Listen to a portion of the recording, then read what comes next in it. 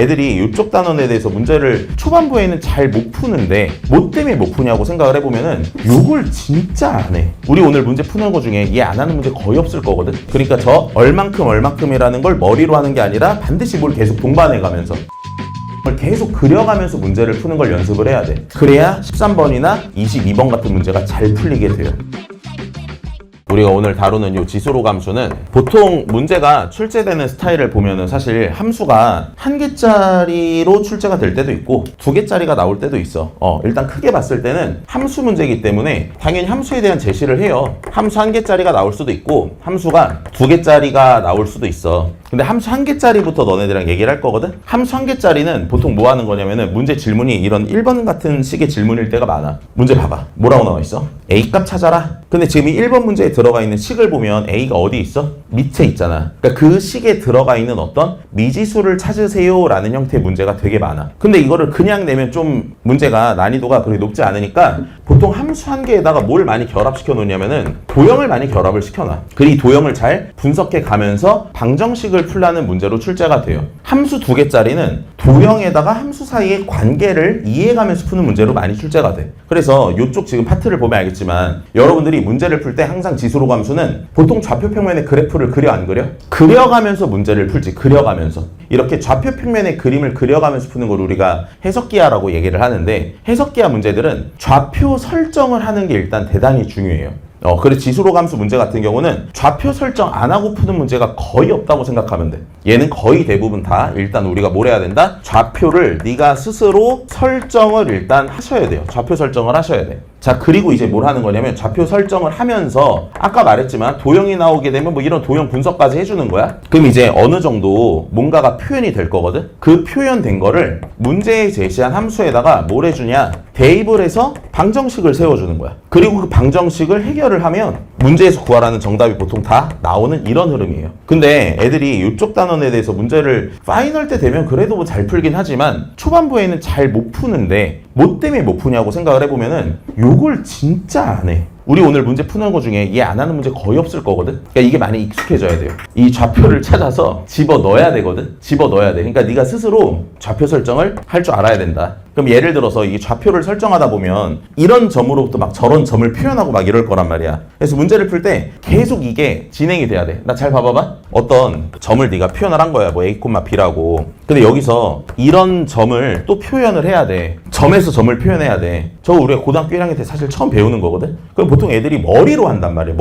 머리로 뭘 하냐? 아니 여기서 저기로 얼마큼 커졌어? 얼마큼 커졌어? 이걸 머리로 한단 말이지. 근데 머리로 하면 쉬운 문제는 풀리지만 어려운 문제는 진짜 안 풀려요. 그러니까 어려운 문제는 보통 얘에서 얘로 갈 때 얼만큼 커졌는지를 요걸 직접 선분을 그려가면서 문제를 풀어야 문제가 잘 풀려요. 왜? 이 선분을 그리잖아. 그리면 얘네들을 연결하는 순간 도형이 나오거든. 무슨 도형이 나와 지금? 직각삼각형이란 도형이 나오지. 저런 걸 활용해서 문제를 푼단 말이야. 그러니까 이런 정도로 내는 게 아니라 이렇게 내요. 실제로 여기 어딘가에 점 C를 또 줘.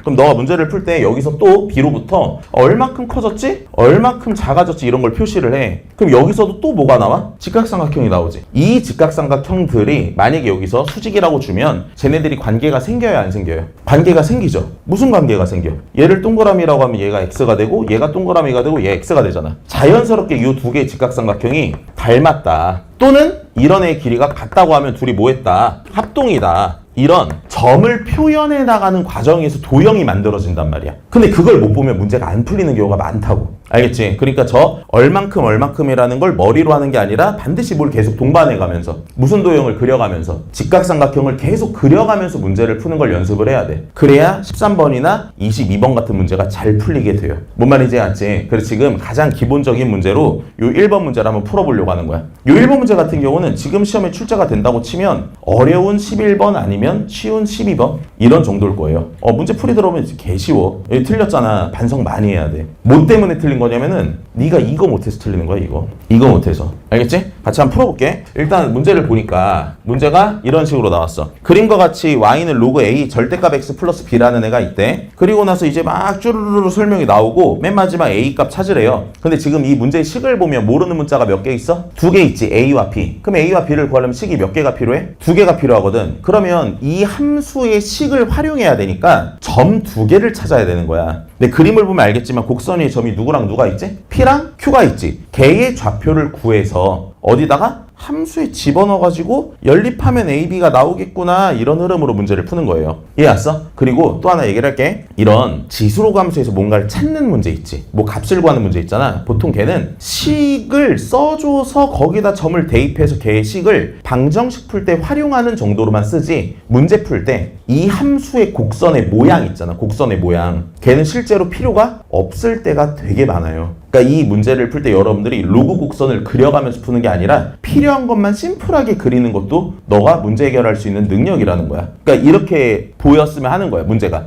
다음과 같이 여기 A라는 점이 있었어. 얘가 마이너스 3,0이야. 그리고 여기서 선이 이렇게 쭉 가서 여기 어딘가에 P라는 애가 있고 여기 어딘가에 Q라는 애가 있는데 여기서 또 마찬가지로 수직으로 이렇게 가서 여기 어딘가에 R이라는 애가 있고 얘랑 길이가 뭐하다? 똑같다. 지금 이런 말이에요. 근데 점 P와 점 Q의 좌표를 찾아야 되는 거야. 근데 문제에서 지금 알려준 게 뭐냐 보니까 얘 알려줬고 얘의 점의 좌표 0,2분의 17이라고 줬잖아. 그럼 이걸 가만히 두는 게 아니라 아니 알고 있는 점으로부터 얼만큼 가야 얘네들이 표현되지를 써줘야 돼. 근데 문제에서 조건을 얘랑 얘의 길이비를 몇 대 몇이라고 줬어? 1대 3이라고 줬지. 저걸 활용해 가면서 X축으로 얼만큼, Y축으로 얼만큼을 나타내야 된다고. 그러니까 보고 이걸 하라는 거야. A로부터 아니 얼만큼 가야 P가 나오지? P로부터 얼만큼 가야 Q가 나오지? Q로부터 얼만큼 가야 R이 나오지? 이걸 나타내는 거야. 그럼 처음에 얘 하나만 세팅이 얘 델타 X 몰라서 알파, 얘 델타 Y 몰라서 베타라고 잡으면 삼각형의 관계가 닮았는데 1대 3이잖아. 그럼 얘가 지금 3알파고 얘가 3베타라고 이렇게 나타낼 수 있지 않나? 맞지? 자, 그럼 여러분들 이것도 보여요. 지금 요 삼각형이랑 요 삼각형 둘이 관계 보여?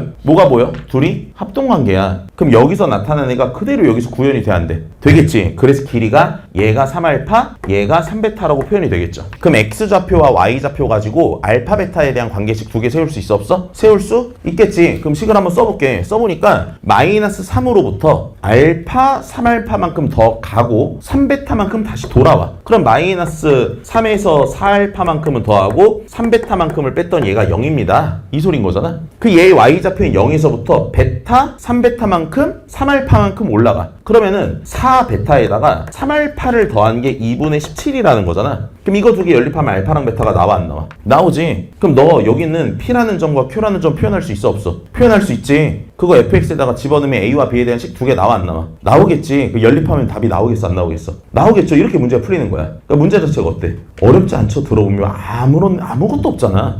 그치? 그러니까 뭐 하나만 잘하면 좌표 표현하려고 요 직각삼각형만 잘 그리면 문제가 금방 보이는 문제라는 거지. 한 2, 3분 정도 안에 풀고 넘어가라는 거죠. 근데 사실 애들 푸는 걸 보면은 꾸역꾸역 막 뜸들이면서 풀어. 그럼 돼 안 돼? 그럼 안 돼. 이런 거 나오면 바로바로 해야 돼. 그러니까 이 문제에서 이게 좌표 설정할 때는 이런 걸 도입하는 게 엄청 중요하구나 라는 걸 다시 좀 잘 알았으면 좋겠다. 알겠죠? 나머지 계산은 스스로 복습을 하면서 다 해보세요.